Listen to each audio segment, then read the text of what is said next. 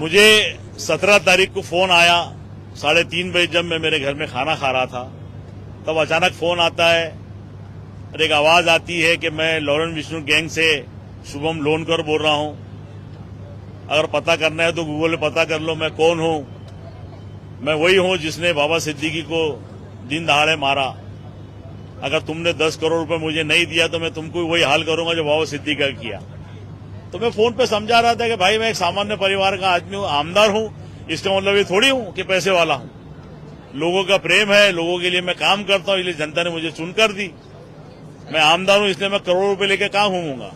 वो मेरी बात समझने को तैयार नहीं। उसके बाद में 2 कॉल आए, मुझे जान से मारने की धमकी दी, मेरे परिवार को मारने की धमकी दी।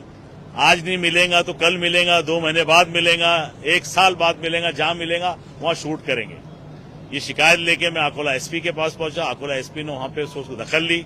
मैं अकोला एसपी का भी धन्यवाद करता हूं कि उन्होंने मुझे उस बुनते से सुरक्षा मेरी प्रदान की, मेरे घर पे, मुझको, मेरे परिवार के लिए। लेकिन आज अफसोस की ये बात है कि जिस विधान भवन का मैं सदस्य हूं, आज मेरे गढ़ नेता विजय वडेट्टीवार ने वो आवाज उठाई।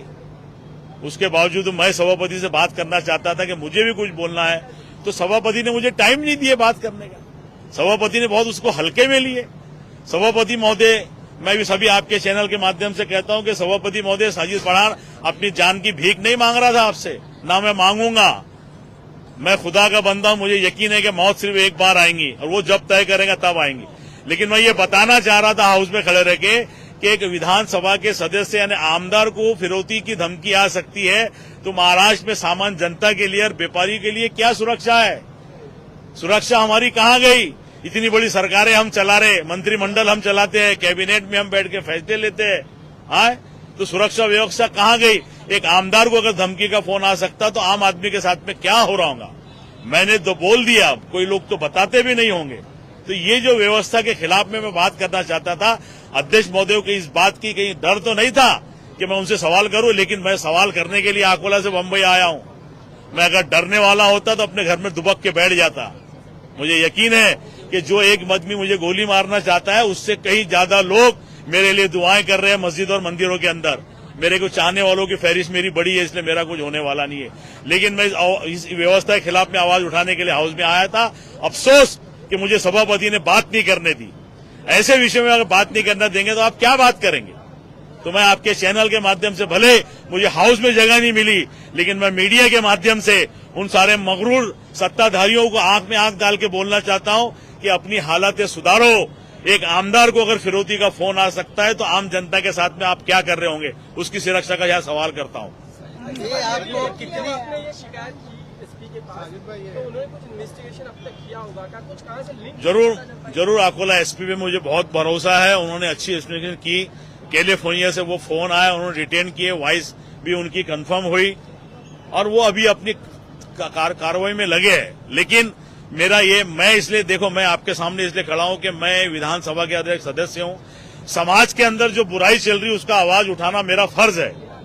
इसलिए आज मैं अकोला से बम्बई आया हाउस में बात करने के लिए, और अफसोस के सभापति ने मुझे टाइम नहीं दिया बात करने का।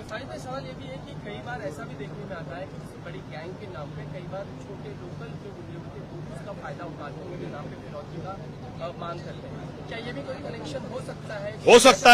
हो सकता है, मैं इससे इनकार नहीं करता। यही तो मैं सरकार से पूछना चाह रहा हूं कि 17 तारीख को मेरी एफआईआर हुई। आज की तारीख देख लो क्या है।